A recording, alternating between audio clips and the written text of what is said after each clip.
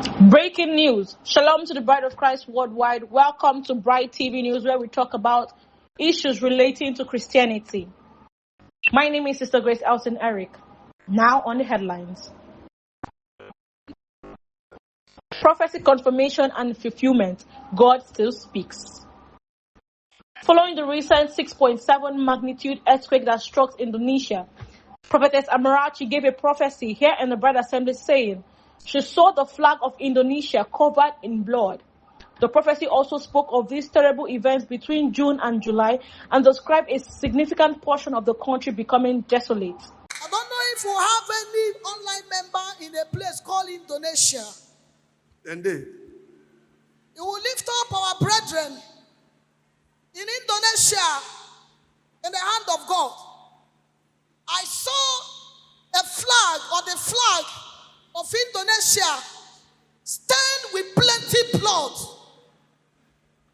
There is a calamity that is coming. And when he hits that country, almost 3/4 or 1/4 of that country will be a desolate place. If you love that country, please pray for them. Pray for them. From now till June, July, that country will not be thrown into a serious sadness.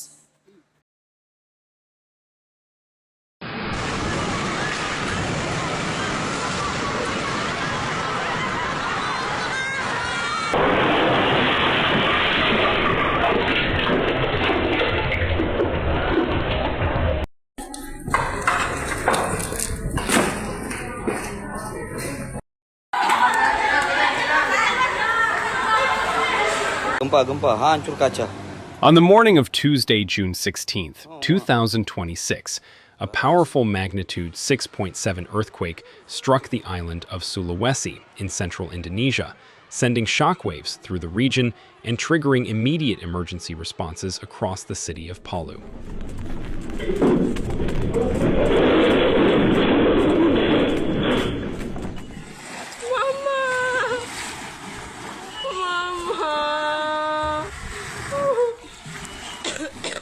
The quake hit at 3:27 in the morning UTC, with its epicenter located approximately 43 kilometers east-southeast of Palu, the provincial capital of central Sulawesi, at a shallow depth of just 10 kilometers below the surface. Situasi Jembatan 3 retak.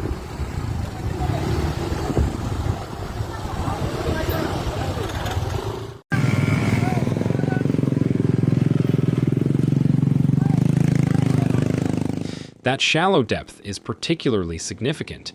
The closer a quake originates to the Earth's surface, the more violent and destructive the shaking tends to be for communities above.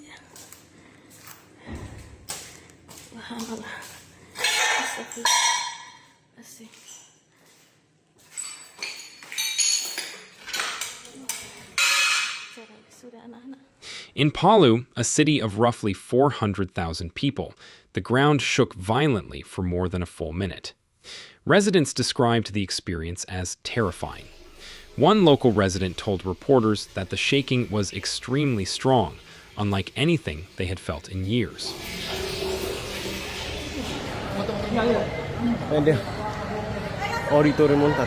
Robe bagian sebelah sini. Hah? Sebagian luar sebelah sini langsung robek. Iya, itu yang sa ano ko rin. Hanggang di dalam. People immediately fled their homes and apartments, rushing into open streets, parks, and any open space away from buildings. The instinct was clear: get away from structures that could collapse.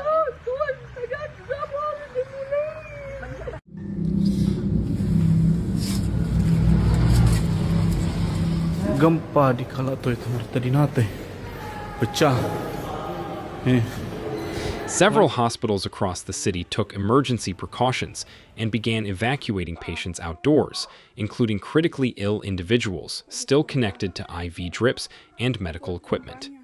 Staff moved quickly to ensure patient safety, bringing people outside where they would be protected from potential structural collapse.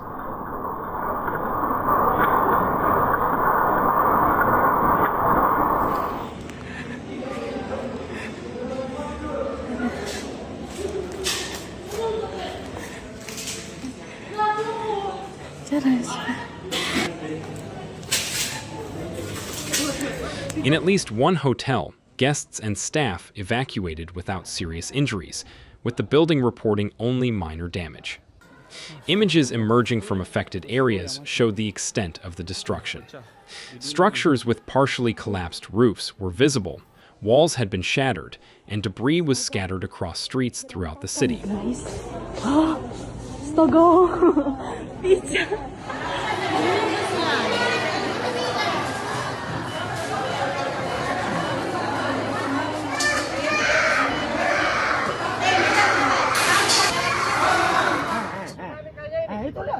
Kondisi laut pantai. The damage, while described as scattered rather than widespread, was significant enough to raise serious concerns among local authorities and emergency response teams who were immediately mobilized. Emergency aftershocks followed the main quake within a short period.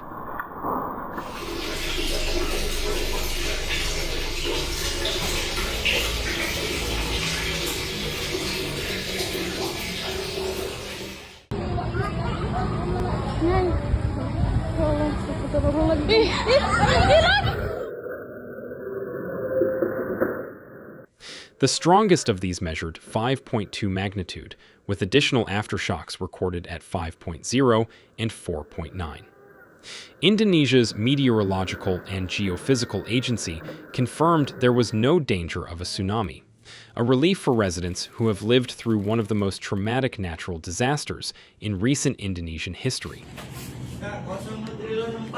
Oh iya, aduh. Iya Kak, makasih. Oh Tuhan. Oh Tuhan.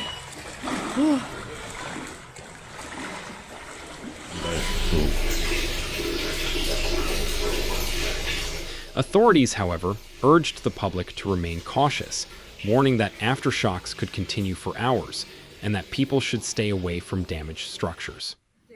The memory of 2018 looms heavy over Palu.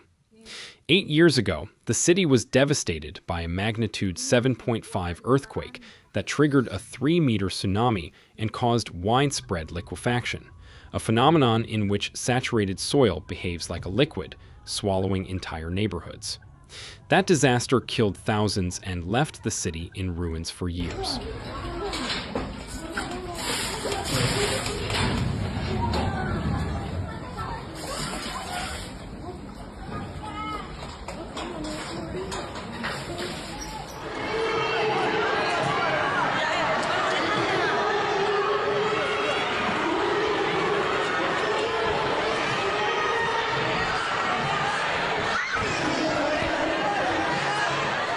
For many residents, every strong tremor is a reminder of that catastrophe, and the instinct to evacuate coastal areas runs deep. Even without an official tsunami warning on Tuesday, thousands of people moved away from the shoreline as a precaution.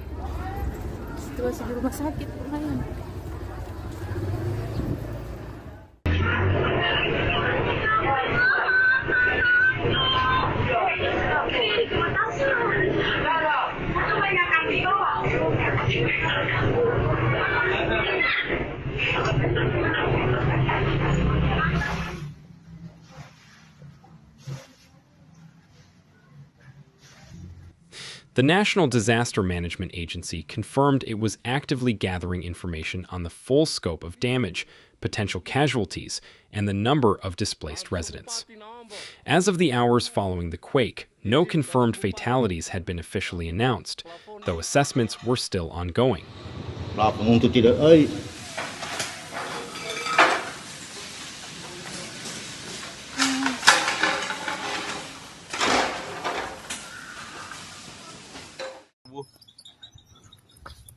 Dengan keadaan seperti ini, guys, ini Kecamatan Nukilalaki.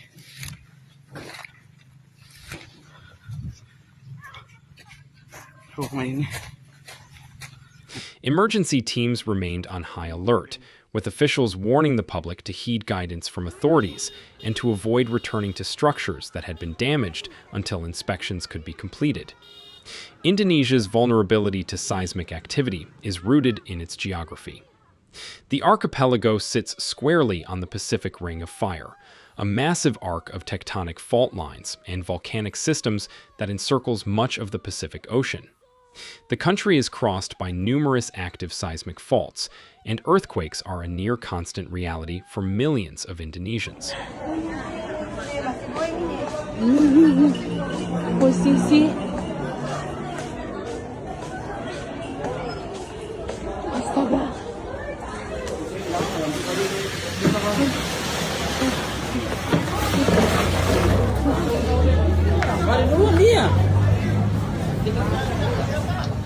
Sulawesi in particular lies at the intersection of several tectonic plates, making it one of the most geologically active regions in the country. The full picture of the June 16th earthquake is still developing. Assessment teams are working their way through affected areas, checking buildings, roads, and infrastructure. Residents are being asked to stay away from the coast and from compromised structures.